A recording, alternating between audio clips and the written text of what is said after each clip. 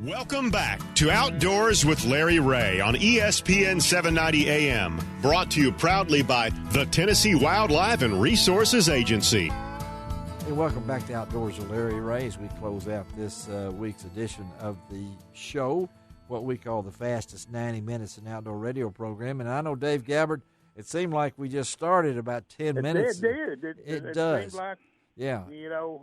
Seems like I just started drinking coffee, and it's already time to. It's almost time to shut it down. Yeah, and we put a lot into this show, and we thank Shelby McCall as our show producer. Not only that, but as I said, we're the only outdoor show that I know of that has a show producer that can play the trumpet and play it well, like Shelby has done.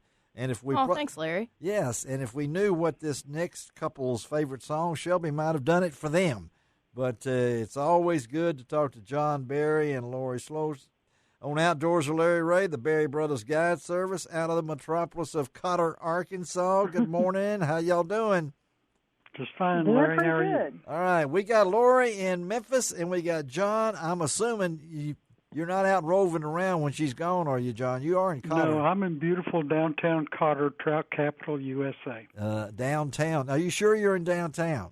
So I only live 4 blocks from the river. There ain't that much town. There ain't much town. Let's talk about this. You guys, I know the love of trout fishing and that you guys have, and I know John puts out the most comprehensive and readable fishing report.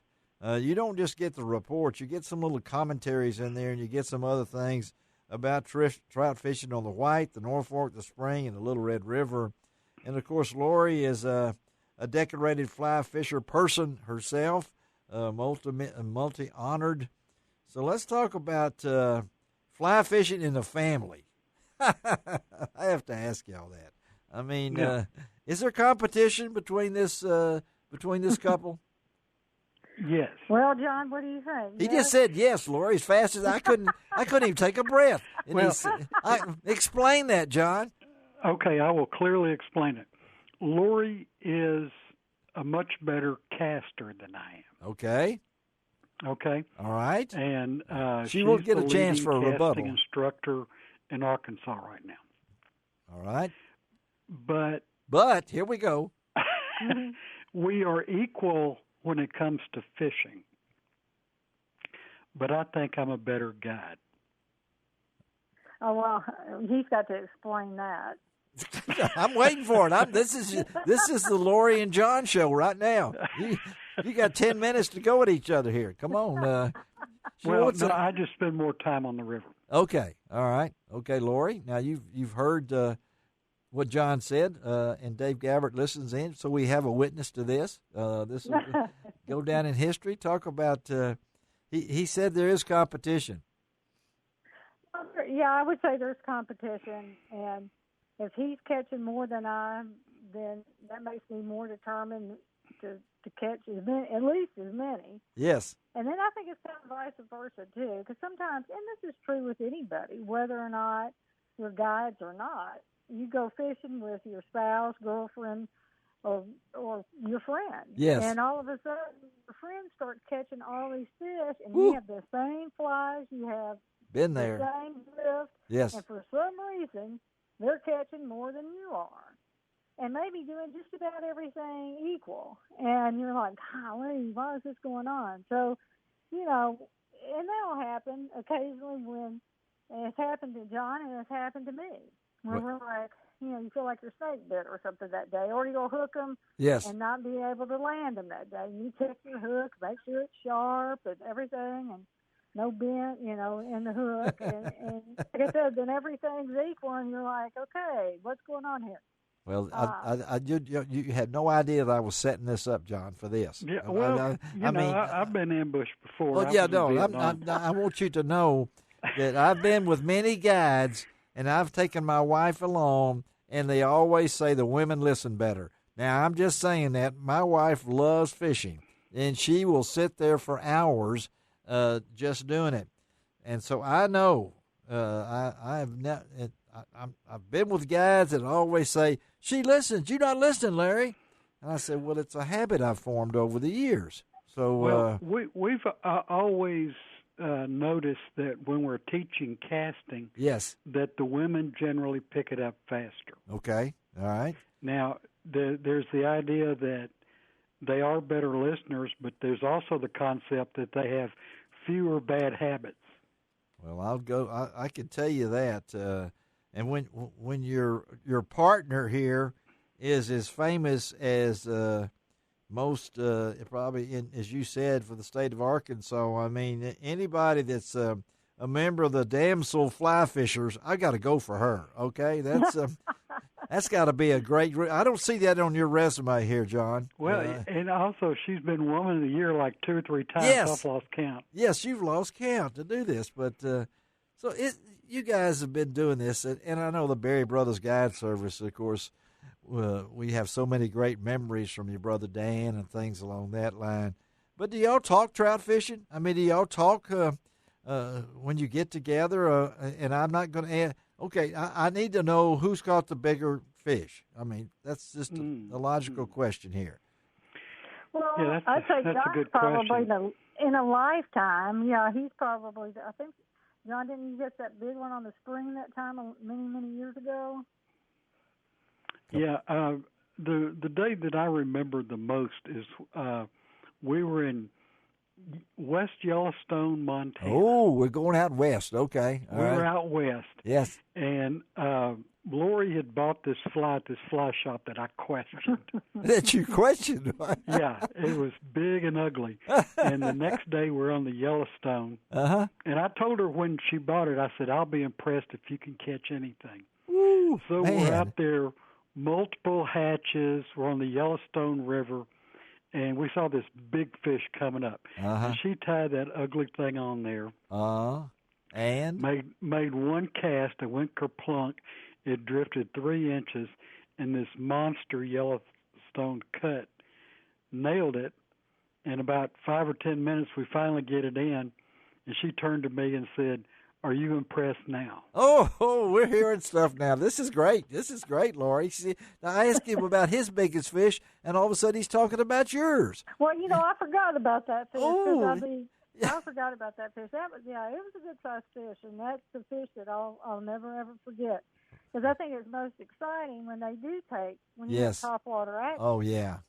Whether it's a hopper or, a dry or the big ugly, as I call it. Or the big ugly. Yeah, with the big ugly. And what I tell people with the big ugly is, in fact, like if you're fishing hoppers or something like that, you don't have to be a good caster. In fact, the harder it lands on the water, the better. Yes. Because it's like it fell out of a tree. So that's what it's, That's what they felt like. This big ugly fell out of a tree into the West Yellowstone. And happened like that. Hey, I know that y'all live in paradise, really. I mean, you're in God's country over there, and Cotter. So we got the white, we got the Norfolk, we got the spring, we got the little red. You guys fish on both of them, and talk about your favorites. I mean, John, I know, and Lori's the same thing. I mean, I call it the North Fork of the White. I don't know what the official name is. Well, the river above the dam is the North Fork of the White. Okay. Below the dam, it's the North Fork tailwater. Okay. All right. Well, we've settled that with a clarity. So, talk about the love of trout fishing. Lori, let's start with you. Where did that start? Oh, on trout fishing. Well, actually, that's how I met John. Is that okay? That's how I met him, and I took a class at Mid-South Fly Fishers.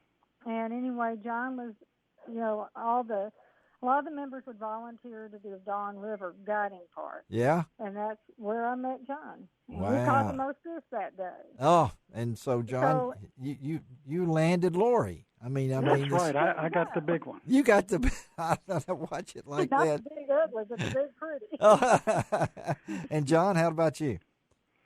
Your brother really got you. I got into fly fishing through my brother Dan. Yeah. And he had taken it up a year or two before me, and then I started fishing, and boom. But the important thing we do is Lori and I fish together. She is my fishing buddy. Yes. Yeah. And I would rather fish with her than anyone else. Our favorite thing now And is I we feel go out in the the boat same way. Same way. on the white, and we carry 2 nets.